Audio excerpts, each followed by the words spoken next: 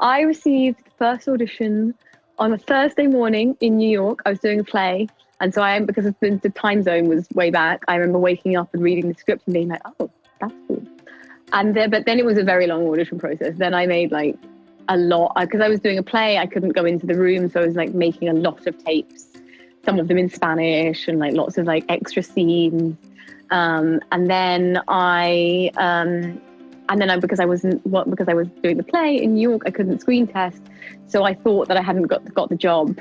And I was really, really upset. And then eventually I did get the job. And then I went to Bristol kind of the next day. But it really was that like, it was a really satisfying audition process, because I remember I'd worked so hard to get it.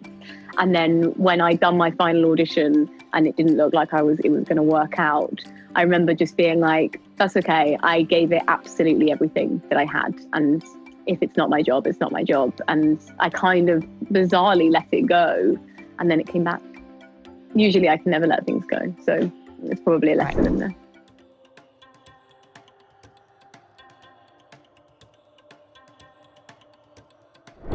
Yeah, I actually based it on a Spanish ballet dancer called Tamara Rojo. Yeah, it was just trying to find a level of accent that was a kind of a subtle Spanish accent that wasn't too overpowering. And I thought I just basically found her on YouTube, and I was like, but then actually weirdly, we had a mutual friend who, so after we filmed the first season, I told him that I'd based my accent on Tamara, and then he messaged her. So I don't know if she really cared, but I was like, I can't believe she knows. But I also had just a really amazing accent coach called Mary Howland, who guided me through it in a very calm, kind, professional way.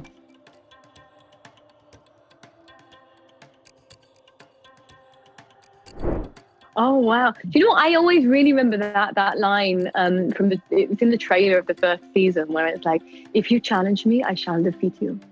And what I really love about that line is just like that. They're also the way that like we had an amazing director on that first block called Birgitte Stermus, and she was really pushed us to play against what you would expect.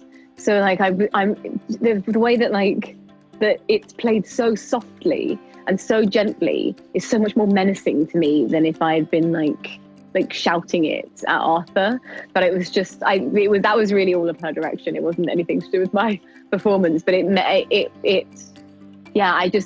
bit always stays with me. If you challenge me, what is it? If you challenge me, I shall.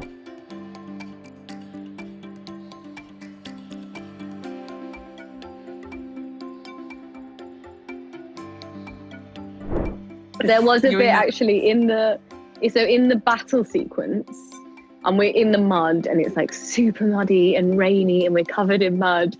And the first time we'd like plotted out the whole stunt sequence, and I knew exactly where was going.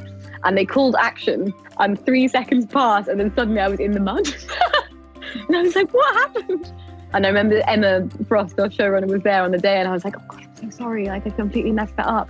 And she was like, no, it was kind of cool. We're thinking about maybe using it in the show, just because there is something about like Catherine standing there, and she's so strong, and she's like, yeah, I'm a warrior, and then something head first in the mud.